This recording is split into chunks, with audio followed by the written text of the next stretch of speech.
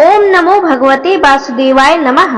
प्रिय भक्तों, आइए सुनते हैं एकादशी व्रत कथा। प्राचीन समय की बात है।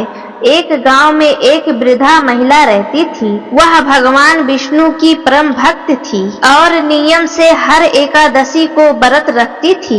उस वृद्धा महिला के 7 बेटे और 7 बहू थी। सातों बहू स्वभाव से आधुनिक और थोड़ा अभिमानी थी। उन्हें पूजा पाठ, उपवास और धर्म कार्य में कोई विश्वास नहीं था। सातों बहुएं अपने सास का मजाक उड़ाती थी। वह कहती थी, माँ जी, इस उम्र में भूखे रहने से क्या मिलेगा? शरीर को बेकार में कष्ट दे रही हो। यह सब मन का वहम है। सास चुपचाप उनकी बातें सुन लेती और मुस्कुराकर कहती, बिटिया, एकादशी का व्रत केवल भूखा रहना नहीं है, बल्कि मन को शुद्ध करने और प्रभु की कृपा पाने का मार्ग है। एक बार निराजल एकादशी का व्रत आया। जेठ की दोपहरी थी। वृद्धा ने बिना जल ग्रहण किए व्रत रखा था।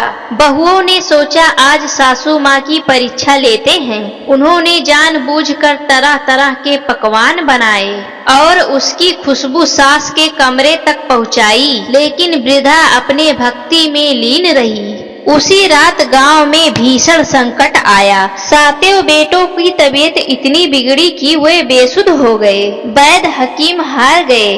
किसी को समझ नहीं आ रहा था कि क्या हो गया। सातों बहुएं रोने लगी। उन्हें अपनी गलती और ईश्वर के प्रति अनादर का एहसास होने लगा। वे रोते हुए अपनी सास के पास पहुंची और उनके पैरों में गिर गई। उन्होंने कहा, माँ जी, हमें क्षमा कर दो। हमने आपकी भक्ति का उपहास किया। शायद उसी का फल हमारे पतियों को मिल रहा है। वृद्धा ने शांत मन से भगवान विष्णु का ध्यान किया और कहा, घबराओ मत, प्रभु सब ठीक करेंगे।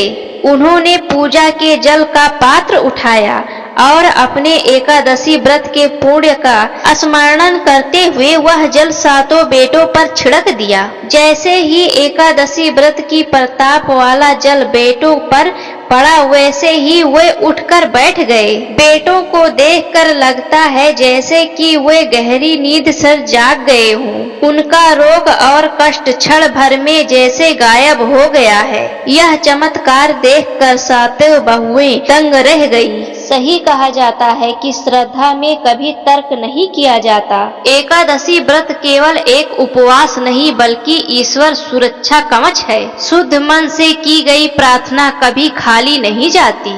उस दिन के बाद से सातों बहुओं ने न केवल अपनी सास से माफी मांगी, बल्कि वे भी नियम पूर्वक एकादशी का व्रत रखने लगी। घर में सुख, शांति और समृद्धि का वास होने लगा। ईश्वर की भक्ति और एकादशी जैसे पवित्र त्योहार का मजाक नहीं उड़ाना चाहिए। सच्ची श्रद्धा से असंभव कार्य भी संभव हो जाते हैं। तो प्रिय भक्तों, आप सबको यह कथा कैसी लगी कमेंट बॉक्स में जरूर बताएं और अपने चैनल श्याम किशोरी को लाइक, सब्सक्राइब जरूर करें। जय श्री हरि विष्णु।